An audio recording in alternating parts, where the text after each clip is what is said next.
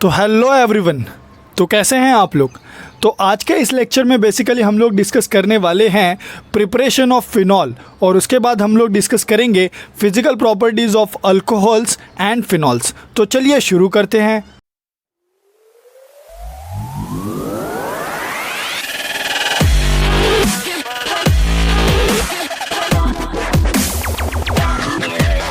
अब यहाँ पे सबसे पहला मेथड आप देख सकते हैं, हम लोग डिस्कस कर रहे हैं फ्रॉम क्लोरोबेंजीन। ठीक है, अब यहाँ पे हम लोग क्लोरोबेंजीन से हम लोग क्या करेंगे, फिनॉल को बनाएंगे। अब कैसे बनाएंगे चलिए देखते हैं। सो बेसिकली यहाँ पे हम लोग डाउ प्रोसेस को डिस्कस करने वाले हैं। अब ये डाउ प्रोसेस क्या है। सो डाउ प्रोसेस में आप क्लोरोबेंजीन को एज अ रिएक्टेंट यूज़ करते हैं। किसको यूज़ करते हैं? क्लोरोबेंजीन को एज अ रिएक्टेंट यूज़ करते हैं। सो यहाँ पर लिख देता हूँ मैं, ये आपका क्लोरोबेंजीन है। ओके, ये जो आपका क्लोरोबेंजीन है, ठीक है, इसको हम लोग ट्रीट करते हैं किससे? सोडियम हाइड्रोक्साइड से। जब आप इसको सोडियम हाइड्रोक्साइड से ट्रीट करोगे तो आपको जो प्रोडक्ट मिलेगा वो होगा सोडियम फिनॉक्साइड। क्या मिलता है आपको? Sodium phenoxide. इसका नाम है सोडियम फिनॉक्साइड। और ये जो आपका प्रिपरेशन मेथड है from chlorobenzene to sodium phenoxide, तो जो टेम्परेचर है जिस पे ये रिएक्शन हो रहा है वो है 623 केल्विन, और जो प्रेशर है वो है 150 ATM।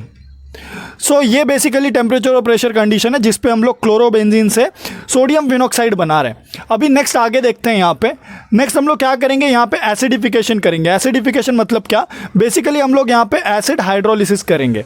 सो डाइल्यूट HCl और वाटर, तो आपको प्रोडक्ट क्या मिल जाएगा? आपको प्रोडक्ट मिल जाएगा आपका फिनॉल। ठीक है, क्या मिल गया आपको? आपका फिनॉल एज अ प्रोडक्ट मिल चुका है। अब ये फिनॉल कैसे मिला हम लोगों को क्लोरोबेंजीन से? ठीक है, तो चलिए इसका इन डेप्थ मैकेनिज्म देखते हैं। मैकेनिज्म क्योंकि बहुत इंपॉर्टेंट है, ये आपको जेई और नीट में बहुत काम आएगा क्योंकि इसके ऊपर क्वेश्चन एग्जाम में आते हैं। सो अभी यहाँ पे मैकेनिज्म देखते हैं। सबसे पहले तो आपका जो रिएक्टेंट है वो लिख देते हैं। सो हम लोग क्या कर रहे हैं, यहाँ पे क्लोरोबेंजीन से बना रहे हैं। ठीक है, क्लोरोबेंजीन से हमको फिनॉल बनाना है। सो क्लोरोबेंजीन यहाँ पे लिख दिया मैंने। नेक्स्ट यहाँ पे क्या होगा, हम लोग क्या यूज़ कर रहे हैं वहाँ पे? Sodium hydroxide. सोडियम हाइड्रोक्साइड मतलब OH माइनस आयन। NaOH जो है वो क्या दे रहा है हम लोगों को? OH माइनस आयन दे रहा है। ये जो OH माइनस आयन है ये अटैक करेगा। कहाँ पर अटैक करेगा ये बेसिकली? तो ये बेसिकली अटैक करेगा आपके इस हाइड्रोजन पे जो कि ऑर्थो पोजीशन पे बैठा है। तो इसने क्या किया, इस हाइड्रोजन पे अटैक किया। तो ये जो हाइड्रोजन है ये अपना इलेक्ट्रॉन देकर चला जाएगा। तो ये देकर चला जाएगा तो बेसिकली आपको प्रोडक्ट क्या मिलेगा? प्रोडक्ट से पहले मैं ज़रा ये बॉन्ड को ऐसे दिखाना चाहूँगा। क्यों दिखा रहा हूँ मैं ऐसे, आपको थोड़ी देर में समझ जाएगा। सो ये देखिए, यहाँ पे आपको क्या मिलेगा? यहाँ पे आपको मिलेगा कार्बन अनायन। ये कार्बन अनायन है क्या? सो ये आपका फिनाइल अनायन है। ठीक है, सो यहाँ पे आप देख सकते हैं यहाँ पे नेगेटिव चार्ज है। अब ये नेगेटिव चार्ज नेक्स्ट आगे क्या होगा? अब ये नेगेटिव चार्ज यहाँ पे आएगा और ये जो क्लोरीन है ये अपना इलेक्ट्रॉन लेके भाग जाएगा। सो बेसिकली यहाँ पे आपको प्रोडक्ट मिलेगा वो कुछ ऐसा मिलेगा, ये देखिए। सो ये आपको बेसिकली क्या मिल गया? तो ये आपका बेंजाइन। क्या बोलते हैं इसको? बेंजाइन बोलते हैं। ठीक है, बेंजीन कैसा होता है? बेंजीन में 3 डबल बॉन्ड होते हैं, लेकिन आप देखेंगे यहाँ पे एक डबल बॉन्ड एक्स्ट्रा है। तो ये बेंजाइन है और ये अनस्टेबल है। ठीक है, सो ये बेंजाइन अनस्टेबल है। अब क्विकली यहाँ पे क्या होगा नेक्स्ट स्टेप में, ये जो आपका OH माइनस है ये अटैक करेगा यहाँ पर। तो जब ये यहाँ पे अटैक करेगा तो ये जो बॉन्ड का इलेक्ट्रॉन है वो यहाँ पे शिफ्ट हो जाएगा। सो जो ये यहाँ पे शिफ्ट हो जाएगा तो आप लोगों को क्या मिलेगा? तो आप लोगों को कुछ ऐसा देखने मिलेगा। जस्ट अ मिनट, ये आपको कुछ ऐसा देखने मिलेगा। ठीक है, यहाँ पे नेगेटिव चार्ज, अगेन यहाँ पे O और यहाँ पे आपका H। ये जो नेगेटिव चार्ज है ये अगेन क्या करेगा? अटैक करेगा इसके ऊपर। इसके ऊपर अटैक करेगा तो ये जो हाइड्रोजन है ये क्या करेगा? अपना इलेक्ट्रॉन छोड़ के चले जाएगा। तो ये इलेक्ट्रॉन ऑक्सीजन के ऊपर आ जाएगा। तो यानी आपको क्या मिल रहा है? यानी आपको मिल रहा है यहाँ पर H और यहाँ पे आपको मिलेगा आपका O जिसके ऊपर नेगेटिव चार्ज है। ठीक है, और यहाँ पे आपका डबल बॉन्ड वैसे का वैसा ही रहेगा। नेक्स्ट स्टेप में आपको क्या करना है? नेक्स्ट स्टेप में आपको यहाँ पे जस्ट अ मिनट, यहाँ पे हम लोगों ने बेसिकली क्या किया? यहाँ पे हम लोगों ने प्रोटोनेशन किया। ओके, प्रोटोनेशन किया। प्रोटोनेशन मतलब क्या? देख सकते हो आप लोग, H जो है H आपका अटैच हो गया, ये नेगेटिव यहाँ पे, दैट इज ऑर्थो पोजीशन पे। प्रोटोनेशन के साथ साथ यहाँ पे Na+ भी है सॉल्यूशन में, ये Na+ क्या करेगा, इसके साथ कंबाइन हो जाएगा। नेक्स्ट आप क्या करोगे, नेक्स्ट आप एसिडिफिकेशन कर दोगे। एसिडिफिकेशन मतलब क्या करोगे आप, एसिडिफिकेशन मतलब यहाँ पे हम लोग एसिड हाइड्रोलिसिस कर रहे हैं, और एसिड हाइड्रोलिसिस करेंगे तो हम लोग को प्रोडक्ट क्या मिलेगा, सो हम लोग को प्रोडक्ट मिलेगा हमारा फिनॉल। कैसे मिलेगा, क्योंकि NaCl जा चुका है, NaCl जा चुका है तो आपको क्या मिलेगा, आपको फिनॉल मिलेगा। आई होप आपको समझा है मैकेनिज्म। ओके, सो फिनॉल हम लोगों को मिल गया। कैसे मिला, क्लोरोबेंजीन से। चलिए अभी नेक्स्ट आगे बढ़ते हैं हम लोग। अभी हम लोग क्यूमीन से फिनॉल बनाएंगे। अब क्यूमीन से फिनॉल कैसे बनाएंगे हम लोग, ज़रा ध्यान से समझिएगा। यहाँ पे क्यूमीन मतलब क्या, क्यूमीन मतलब ये जो आपका बेंजीन है, ये जो आपका बेंजीन है, इस पे एक कार्बन अटैच रहेगा जिसको CH3 ग्रुप अटैच है, फिर यहाँ पे इसको अगेन एक CH3 ग्रुप अटैच है, और ये एक हाइड्रोजन, इसी को बोलते हैं हम लोग क्यूमीन। सो ये जो क्यूमीन है इसको आइसोप्रोपाइल बेंजीन भी बोला जाता है, इसको आइसोप्रोपाइल बेंजीन भी बोलते हैं। नेक्स्ट, अब क्यूमीन में हम लोग क्या करेंगे, बेसिकली यहाँ पे हम लोग इसको ऑक्सीजन यानी एयर से ट्रीट कर रहे हैं in the presence of sunlight. Okay, so sunlight के प्रेजेंस में अगर हम रिएक्शन कर रहे हैं तो आप आई होप मैकेनिज्म समझ ही चुके होंगे कि ये फ्री रेडिकल मैकेनिज्म के थ्रू जाएगा। कौन से मैकेनिज्म के थ्रू जाएगा, ये फ्री रेडिकल मैकेनिज्म। ओके, सो ये basically free radical mechanism follow करेगा, और फ्री रेडिकल मैकेनिज्म में आपको पता ही होगा कि होमोलिटिक फिशन होता है। कौन सा फिशन होता है, होमोलिटिक फिशन। सो यहाँ पे आपको प्रोडक्ट क्या मिलेगा, यहाँ पे आपको प्रोडक्ट मिलेगा, ये देखिए ज़रा ध्यान से देखिएगा क्या लिख रहा हूँ मैं।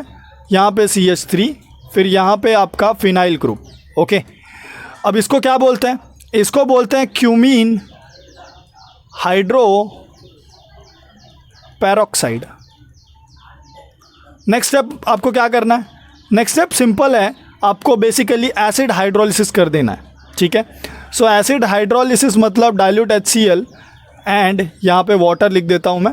सो आपको प्रोडक्ट क्या मिल जाएगा, सो आपको प्रोडक्ट मिलेगा आपका फिनॉल, आपका फिनॉल एज अ प्रोडक्ट मिल जाएगा आपको, प्लस आपको मिलेगा acetone as a by product. Okay, so दोनों ही प्रोडक्ट आपके लिए यूज़फुल है। क्या मिल गया आपको, एक फिनॉल मिल गया और एक आपको एसीटोन मिल गया। सो एसीटोन फिनॉल आपको मिल चुका है, और ये जो आप रिएक्शन कर रहे हो ये होता है इन द प्रेजेंस ऑफ कोनैफ्थेनेट। ये कैटलिस्ट है आपका, ठीक है, इसके प्रेजेंस में ये रिएक्शन होता है। सो कोनैफ्थेनेट दैट इज कोबाल्ट नैफ्थेनेट, इसके प्रेजेंस में हम लोग क्या करें, ये रिएक्शन कर रहे हैं। अभी चलिए मैकेनिज्म को ध्यान से समझते हैं सो दैट आपको बेटर अंडरस्टैंडिंग मिलेगा। अब यहाँ पे मैकेनिज्म में सबसे पहले देखिए क्यूमीन को ड्रॉ कर लीजिए। ठीक है, सो यहाँ पर ये रहा मेरा क्यूमीन। सो ये C, यहाँ पे CH3, यहाँ पे एक CH3 और ये यहाँ पे H, ये मेरा क्यूमीन है। नेक्स्ट क्या करना है हम लोगों को, सनलाइट के प्रेजेंस में ऑक्सीजन से ट्रीट करना है यानी O डबल बॉन्ड O। अब यहाँ पर क्या होगा, होमोलिटिक फिशन। होमोलिटिक फिशन मतलब क्या, मतलब यहाँ पे बॉन्ड में 2 इलेक्ट्रॉन प्रेजेंट है, एक इलेक्ट्रॉन इसके पास जाएगा और ये एक इलेक्ट्रॉन इसके पास जाएगा। सेम वैसे यहाँ पे क्या होगा, एक इलेक्ट्रॉन इसके पास, एक इलेक्ट्रॉन इसके पास आ जाएगा। अब यहाँ पे क्या होगा, ये हाइड्रोजन जो है वो इसको अटैच हो जाएगा, और ये जो आपका ऑक्सीजन है ये इस कार्बन को अटैच हो जाएगा। तो आपको प्रोडक्ट कुछ ऐसा देखने मिलेगा, ये देखिए। सो प्रोडक्ट नहीं, इसको इंटरमीडिएट बोलेंगे हम लोग स्पेसिफिकली। सो CH3, यहाँ पे O, यहाँ पर O, फिर ये आपका H इसको अटैच हो चुका है, और ये यहाँ पर आपका CH3। ओके, और ये आपका डबल बॉन्ड वैसे का वैसा आपको ड्रॉ कर देना है। नेक्स्ट, अभी नेक्स्ट स्टेप क्या होगा, अभी यहाँ पे नेक्स्ट स्टेप में हम लोग करेंगे प्रोटोनेशन। क्या करेंगे हम लोग, प्रोटोनेशन करेंगे। प्रोटोनेशन मतलब H+ को ऐड करेंगे। सो H+ क्या हो जाएगा, अभी यहाँ पे ऐड हो जाएगा। सो ये आपको कुछ ऐसा दिखाई देगा, ये देखिए COO, फिर यहाँ पे H, फिर यहाँ पर H, यहाँ पे आपका CH3, फिर यहाँ पर भी आपका एक CH3, और ये आपका डबल बॉन्ड वैसे का वैसा। अब ये ऑक्सीजन 3 बॉन्ड बना रहा है, मतलब पॉजिटिव चार्ज। सही है, अभी पॉजिटिव चार्ज के बाद ज़रा ध्यान से देखिए ये स्टेबल रहेगा क्या, नहीं, क्योंकि ऑक्सीजन पॉजिटिव चार्ज कैरी नहीं करता है, उसको नेगेटिव चार्ज पसंद है। तो क्या हो जाएगा, ये जो ऑक्सीजन है ये बॉन्ड का इलेक्ट्रॉन लेके भाग जाएगा। अगर ये इलेक्ट्रॉन लेके भाग जाएगा तो ऑक्सीजन जो है, ये वाला जो ऑक्सीजन है आपका, ये इलेक्ट्रॉन डेफिशिएंट हो जाएगा। सो ये इलेक्ट्रॉन डेफिशिएंट हो जाएगा तो क्या होगा यहाँ पे, ये जो फिनाइल है मेरा ये शिफ्ट हो जाएगा और इसको स्टेबिलिटी प्रोवाइड करेगा। सो यहाँ पे क्या हो रहा है, शिफ्ट हो रहा है। ओके, सो यहाँ पे फिनाइल ग्रुप आपका शिफ्ट हो जाएगा तो आपको देखिए कुछ ऐसा देखने मिलेगा, ये CCH3, फिर ये कार्बन के ऊपर पॉजिटिव चार्ज क्योंकि ये इलेक्ट्रॉन डेफिशिएंट हो गया, फिर ऑक्सीजन, और ये ऑक्सीजन को आपका फिनाइल ग्रुप अटैच हो गया। ध्यान से देखिए क्या किया है मैंने, सिर्फ मैंने फिनाइल को ऑक्सीजन पे अटैच कर दिया। नेक्स्ट स्टेप क्या होगा, अभी नेक्स्ट स्टेप में अगेन आपका जो वाटर है जो चला गया था, यहाँ पर ये जो वाटर चला गया है, ये वाटर अगेन अटैच हो जाएगा। ठीक है, सो ये वाटर किसको अटैच हो जाएगा, ये वाटर जो है वो इस कार्बन को अटैच हो जाएगा। तो आपको कुछ ऐसा देखने मिलेगा, CH3, यहाँ पर CH3, ये यहाँ पर O, यहाँ पर H, यहाँ पर H और यहाँ पर एक पॉजिटिव चार्ज। नेक्स्ट यहाँ पे आपका ऑक्सीजन और ये फिनाइल को मैं PH लिख देता हूँ। नेक्स्ट स्टेप क्या होगा, ये जो ऑक्सीजन ये अनस्टेबल है तो ये हाइड्रोजन अपना इलेक्ट्रॉन दे के चला जाएगा। सो हाइड्रोजन अपना इलेक्ट्रॉन देके जा रहा है, मतलब क्या हो रहा है यहाँ पे, डीप्रोटोनेशन हो रहा है। डीप्रोटोनेशन के बाद आपको प्रोडक्ट क्या मिलेगा, यहाँ पे प्रोडक्ट आपको मिलेगा CH3, फिर यहाँ पे आपका O, यहाँ पे आपका PH, फिर यहाँ पे अगेन CH3, फिर ये O और फिर ये H। अब ध्यान से देखिए यहाँ पे क्या हो रहा है, यहाँ पे ये जो बॉन्ड का इलेक्ट्रॉन है O और H के बीच में, ये बॉन्ड का इलेक्ट्रॉन यहाँ पे शिफ्ट हो जाएगा। अगर ये यहाँ पे शिफ्ट होगा तो फिर ये कार्बन 4 बॉन्ड बनाएगा, टोटल 5 तो बना नहीं सकता, तो ये बॉन्ड को ब्रेक होना पड़ेगा। तो ये बॉन्ड का इलेक्ट्रॉन इसके ऊपर शिफ्ट हो जाएगा और इसके ऊपर शिफ्ट हो गया तो ये जो हाइड्रोजन है जो H+ बन के निकला है ये इस ऑक्सीजन को अटैच हो जाएगा। तो बेसिकली आपको प्रोडक्ट क्या मिलेगा, सो बेसिकली आपको प्रोडक्ट मिलेगा CH3C, फिर अगेन आपका यहाँ पर CH3 और यहाँ पे आपका आएगा double bond, just a minute, double bond O। Okay, क्या आएगा यहाँ पे, सो यहाँ पे आपका डबल बॉन्ड O आएगा। सॉरी मैं वहाँ पे ड्रॉ नहीं कर पा रहा हूँ, सो आप समझ जाइएगा, वहाँ पे क्या आएगा, double bond O। Okay, plus और क्या मिलेगा आपको, आपको मिलेगा OPH और इसको एक H अटैच हो गया था तो ये आपका फिनॉल। ओके, सो क्या मिल गया आपको, आपका फिनॉल एज अ प्रोडक्ट मिल गया। सो बेसिकली इस मैकेनिज्म में इतना ही आपको समझना है। आई होप आप लोगों को समझा क्या किया हम लोगों ने। सबसे पहले हम लोगों ने क्या किया, सनलाइट के प्रेजेंस में O2 के साथ ट्रीट किया उसको, फिर हम लोगों को क्या मिल गया, क्यूमीन हाइड्रोपेरोक्साइड मिल गया। फिर क्यूमीन हाइड्रोपेरोक्साइड के बाद हम लोगों ने प्रोटोनेशन किया, फिर हम लोगों ने वाटर को वहाँ से निकाला, फिर अगेन हम लोगों ने हाइड्रोलिसिस किया यानी वाटर को ऐड किया, फिर वहाँ पे हम लोगों ने डीप्रोटोनेशन किया। डीप्रोटोनेशन करने के बाद एंड में हम लोगों ने क्या किया, एसिड हाइड्रोलिसिस किया यानी एसिडिफिकेशन किया। लिख देता हूँ मैं, हम लोगों ने क्या किया, एसिडिफिकेशन किया है यहाँ पे। ओके, सो एसिडिफिकेशन हम लोगों ने यहाँ पे किया है। चलिए आगे बढ़ते हैं, अभी नेक्स्ट देखते हैं। सो अभी हम लोग फिनॉल बनाएंगे फ्रॉम बेंजीन सल्फोनिक एसिड। अब बेंजीन सल्फोनिक एसिड से हम लोग फिनॉल कैसे बना सकते हैं, ज़रा ध्यान से देखिएगा। बेंजीन सल्फोनिक एसिड से फिनॉल बनाने के लिए सबसे पहले हम लोग लेंगे बेंजीन सल्फोनिक एसिड को। ठीक है, सो मैं ड्रॉ कर देता हूँ, ये आपका बेंजीन सल्फोनिक एसिड बन गया। बेंजीन सल्फोनिक एसिड में हम लोग क्या करेंगे, NaOH यानी बेस डाल देंगे, सोडियम हाइड्रोक्साइड। सो यहाँ पे क्या होगा, अब यहाँ पर ये जो आपका वाटर है वो चला जाएगा। सो वाटर यहाँ से रिमूव हो गया। वाटर यहाँ से रिमूव हो गया तो आपको क्या मिलेगा, आपको मिलेगा SO3Na। ठीक है, अब यहाँ पे क्या करेंगे हम लोग, यहाँ पे 2 NaOH के मॉलिक्यूल से इसको ट्रीट कर देंगे अगेन। सो 2 NaOH के मॉलिक्यूल से ट्रीट करेंगे तो क्या होगा डिफरेंस, सो ये देखो, सबसे पहले तो आपका Na2SO3 निकल गया, फिर आपका यहाँ से वाटर चला गया H2O, बचा क्या ONA, तो ONA को यहाँ पे लिख दीजिए। सो ये रहा आपका ONA। ठीक है, और क्या क्या निकल गया, Na2SO3 चला गया और क्या निकल गया, वाटर निकल गया। और ये जो रिएक्शन आप कर रहे हैं ये किसके प्रेजेंस में होगा, सो बेसिकली ये भी होता है टेम्परेचर के प्रेजेंस में। कितना टेम्परेचर होगा, टेम्परेचर होगा 523 केल्विन। ओके, सो 523 केल्विन टेम्परेचर पे होगा ये रिएक्शन। सो आपको क्या मिल गया, सोडियम फिनॉक्साइड। अब सोडियम फिनॉक्साइड मिलने के बाद आपको क्या करना है, सोडियम फिनॉक्साइड मिलने के बाद बेसिकली आपको हाइड्रोलिसिस कर देना है। सो जब आप हाइड्रोलिसिस करेंगे तो आपको क्या मिलेगा, जब आप हाइड्रोलिसिस करेंगे तो आपको मिल जाएगा आपका फिनॉल। ठीक है, सो मिल गया आपको आपका फिनॉल एज अ प्रोडक्ट, और यही हम लोगों को बनाना था। अब इसका नाम क्या है, इसका नाम है बेंजीन सल्फोनिक एसिड। क्या नाम है इसका, बेंजीन सल्फोनिक एसिड। इसका नाम क्या है, इसका नाम है सोडियम बेंजीन सल्फोनेट, क्या नाम है, sodium benzene sulphonate, okay, sodium benzene sulphonate. Next चलिए आगे बढ़ते हैं, अभी नेक्स्ट मेथड डिस्कस करते हैं हम लोग, फ्रॉम एनिलीन, यानी एनिलीन से हम लोग कैसे बना सकते हैं। So aniline is treated with nitrous acid, ठीक है।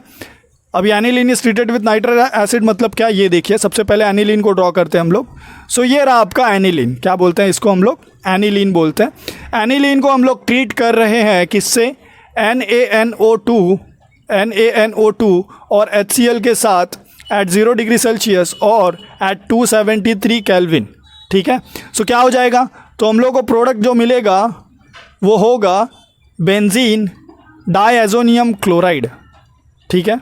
सो N2+Cl-, क्या नाम होगा इसका, बेंजीन डायएजोनियम क्लोराइड।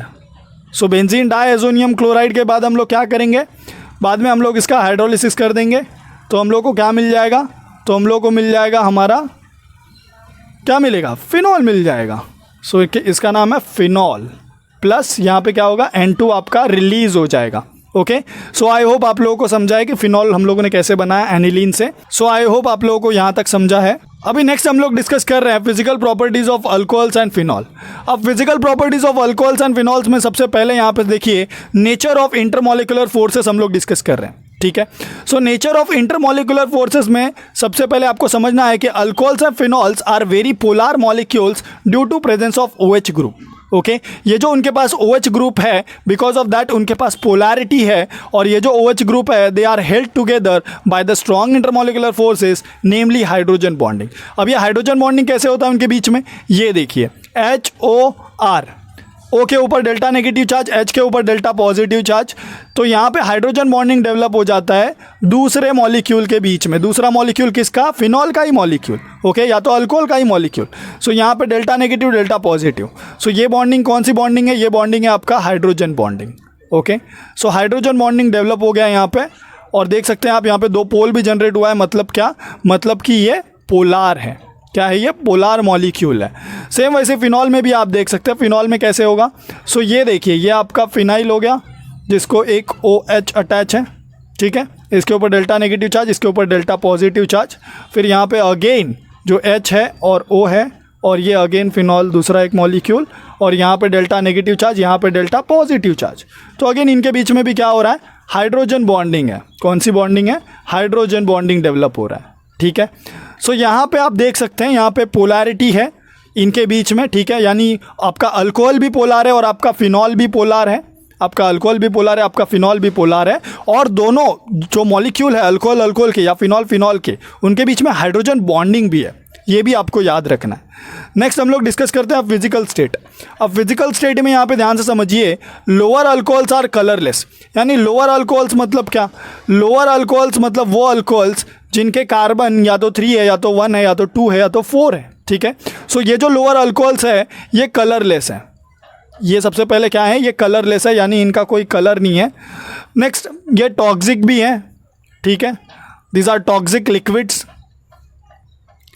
फिर नेक्स्ट क्या बोला उन्होंने, इनका कैरेक्टरिस्टिक अल्कोहलिक ऑर्डर भी है, इनका जो ऑर्डर है वो एक कैरेक्टरिस्टिक ऑर्डर आपको देखने मिलेगा, ओके। क्या देखने मिलेगा, कैरेक्टरिस्टिक ऑर्डर, यानी जब आप स्मेल लेंगे तो आपको हर एक जो अल्कोहल है उसका डिफरेंट ऑर्डर मिलेगा। नेक्स्ट अगर बात करें हम लोग प्योर अल्कोहल्स की, ठीक है, प्योर अल्कोहल्स यानी जो प्योरीफाइड अल्कोहल्स है। सो प्योर अल्कोहल के केस में ये भी सेम कलरलेस ही है, ठीक है, ये भी कलरलेस है। सेकेंड ये भी टॉक्सिक है, और क्या है, नेक्स्ट इनका जो मेल्टिंग है, ठीक है, ये जो मेल्टिंग पॉइंट होगा इनका, ये क्या होगा, लो होगा। So they have low melting point, okay. So low melting point मतलब क्या, कि मतलब ये सॉलिड्स है, ठीक है, और इनका जो ऑर्डर है वो किसका है, सो इनका जो ऑर्डर है वो आपको कैरेक्टरिस्टिक कार्बोलिक या तो फिनॉलिक ऑर्डर देखने मिलेगा, ओके। सो कैरेक्टरिस्टिक कार्बोलिक या तो फिनॉलिक ऑर्डर ये आपको मिलेगा प्योर अल्कोहल्स के केस में। नेक्स्ट आगे बढ़ेंगे हम लोग, बॉइलिंग पॉइंट डिस्कस करते हैं अभी boiling point of alcohols and phenols increases with increase in their molecular mass. मतलब जैसे जैसे मॉलिकुलर मास बढ़ेगा, जैसे जैसे मॉलिकुलर मास बढ़ेगा वैसे वैसे इनका जो बॉइलिंग पॉइंट है वो भी इंक्रीज होगा। किसका? अल्कोहल और फिनॉल का। सो ये चीज़ आपको याद रखनी है। मॉलिक्यूलर मास बढ़ेगा मतलब क्या? मतलब अगर कार्बन या तो हाइड्रोजन का जो नंबर है, जो नंबर ऑफ कार्बन या हाइड्रोजन है वो अगर इंक्रीज होगा तो मतलब मॉलिक्यूलर मास बढ़ेगा, और मॉलिक्यूलर मास बढ़ेगा मतलब क्या? मतलब बॉइलिंग पॉइंट भी क्या होगा? इंक्रीज होगा। सो यहाँ पे आप देख सकते हैं मिथाइल अल्कोहल एक कार्बन है तो जो आपका बॉइलिंग पॉइंट है वो 65 है। वही अगर एक कार्बन इंक्रीज हो जाता है, एक कार्बन में और अटैच कर दूं, यानी एक मिथाइल ग्रुप अटैच कर दूं यहाँ पे, तो वो 78 हो जाएगा। सो ऐसे में अगर एक एक मिथाइल ग्रुप अटैच करते जाऊंगा तो क्या होगा? इसका जो भी बॉइलिंग पॉइंट है वो इंक्रीज होते जाएगा। बट ये आइसो एन ब्यूटाइल, फिर बाद में iso butyl alcohol, sec butyl alcohol, इसमें ये हम लोगों को ड्रास्टिक चेंज देखने क्यों मिल रहा है? यहाँ पे अगर हम कार्बन बढ़ा रहे हैं तो हम लोग को ये डिफरेंस क्यों देखने मिल रहा है? तो इसका रीज़न अभी हम लोग डिस्कस करेंगे। चलिए देखते हैं यहाँ पे। So the boiling point of n butyl alcohol, iso butyl alcohol, sec butyl alcohol and third butyl alcohol are 118 degree Celsius, 108 degree Celsius, 99 degree Celsius and 82 degree Celsius respectively. So ऐसा क्यों? इनके boiling point में ऐसा drastic difference आपको देखने क्यों मिलता है? सिंपल सी बात है बच्चों, यहाँ पे ध्यान से देखिए। अभी आपको क्या देखने मिलेगा? एन ब्यूटाइल अल्कोहल ये आपका स्ट्रेट चेन अल्कोहल है। वही अगर आइसो ब्यूटाइल अल्कोहल के आप फोकस करेंगे आइसो ब्यूटाइल अल्कोहल के ऊपर, तो इसका जो बॉइलिंग पॉइंट है वो 108 है। यानी एक कार्बन आपने एक मिथाइल ग्रुप इंक्रीज किया है, एक मिथाइल ग्रुप बढ़ा है, बट स्टिल आपको 108 ही देखने मिला। आपको जो बॉइलिंग पॉइंट है वो डिक्रीज देखने मिला, वो इंक्रीज देखने नहीं मिला। क्यों नहीं मिला? क्योंकि जैसे जैसे ब्रांचिंग बढ़ता है, जैसे जैसे ब्रांचिंग इंक्रीज होता है, वैसे वैसे जो आपका wander wall force of attraction है, जो wander wall force of attraction है वो क्या होता है? वो डिक्रीज होता है। क्या होता है? डिक्रीज होता है। और वैंडर वॉल फोर्स अगर डिक्रीज होगा यानी फोर्स ऑफ अट्रैक्शन डिक्रीज हो रहा है। अब अगर फोर्स ऑफ अट्रैक्शन डिक्रीज होगा तो मतलब क्या? अब अगर फोर्स ऑफ अट्रैक्शन डिक्रीज होगा तो मतलब कि उनका जो बॉइलिंग पॉइंट है वो भी क्या हो जाएगा? डिक्रीज हो जाएगा। सो इसीलिए जितना ब्रांचिंग इंक्रीज होगा, मैं यहाँ पे लिख देता हूँ, जितना ब्रांचिंग बढ़ेगा, जितना ब्रांचिंग इंक्रीज होगा उतना ही उसका बॉइलिंग पॉइंट क्या हो जाएगा? डिक्रीज होगा। सो this is the main reason. फिर नेक्स्ट एक और यहाँ पे पॉइंट आपको नोट करना है कि ये जो आपका आइसोब्यूटाइल अल्कोहल है ये प्राइमरी अल्कोहल है, और इसीलिए इसका जो बॉइलिंग पॉइंट है वो हायर है as compare to sec butyl alcohol के। ठीक है। सो अभी आइसोब्यूटाइल और सेक ब्यूटाइल के ऊपर फोकस करते हैं हम लोग यहाँ पे। सो यहाँ पे देखिए आपको आइसोब्यूटाइल और सेक ब्यूटाइल दिखाई देगा। सो ये रहा आपका आइसोब्यूटाइल और ये रहा आपका सेक ब्यूटाइल। आइसोब्यूटाइल में आप देखेंगे आइसोब्यूटाइल ये क्या है? ये प्राइमरी अल्कोहल है। प्राइमरी अल्कोहल मतलब क्या? वो कार्बन जो खाली एक कार्बन से ही अटैच है, इसको हम लोग बोलते हैं प्राइमरी अल्कोहल। और यहाँ पे आप देखेंगे ये कार्बन जिसको OH ग्रुप अटैच है वो दो कार्बन से अटैच है, तो इसीलिए ये क्या हो गया? मेरा secondary alcohol. So primary alcohol और सेकेंडरी अल्कोहल का डिफरेंस है यहाँ पे, एंड बिकॉज ऑफ दैट आपको बॉइलिंग पॉइंट में भी डिफरेंस देखने मिलेगा। सो प्राइमरी अल्कोहल है तो उसका बॉइलिंग पॉइंट 108 डिग्री मिलेगा आपको। वही अगर आपका सेक ब्यूटाइल यानी सेकेंडरी है तो आपको जो बॉइलिंग पॉइंट है वो 99.5 देखने मिलेगा। Okay, so this is the main reason. चलिए अभी नेक्स्ट सॉल्युबिलिटी डिस्कस करते हैं हम लोग।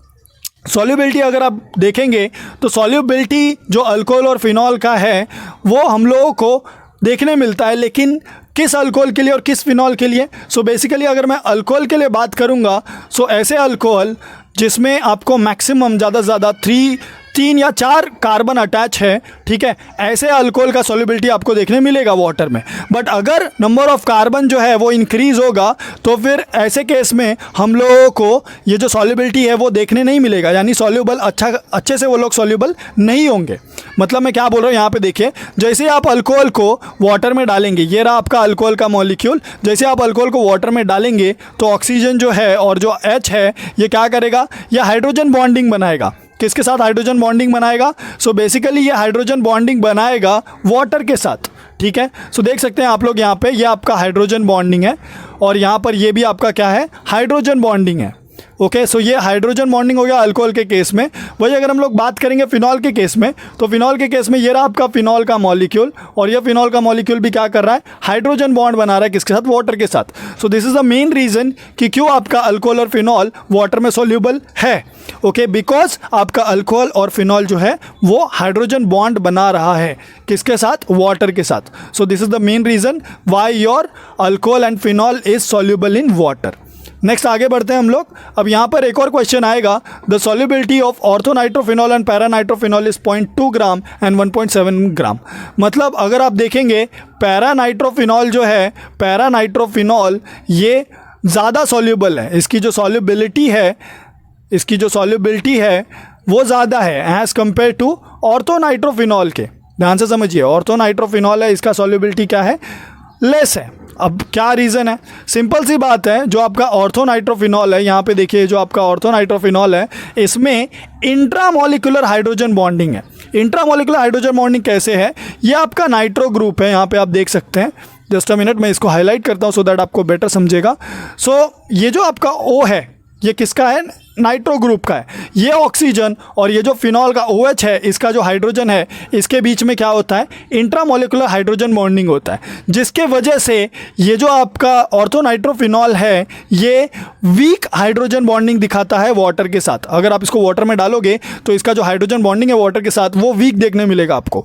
वही अगर हम लोग बात करेंगे पैरानाइट्रोफिनॉल की, सो पैरानाइट्रोफिनॉल के केस में क्या होगा, यहाँ पे इंट्रामोलिकुलर हाइड्रोजन बॉन्डिंग का कोई चांस नहीं है। अगर इंट्रामोलिकुलर हाइड्रोजन बॉन्डिंग का कोई चांस नहीं है तो यहाँ पे कौन सा बॉन्डिंग होगा, इंटरमोलिकुलर हाइड्रोजन बॉन्डिंग।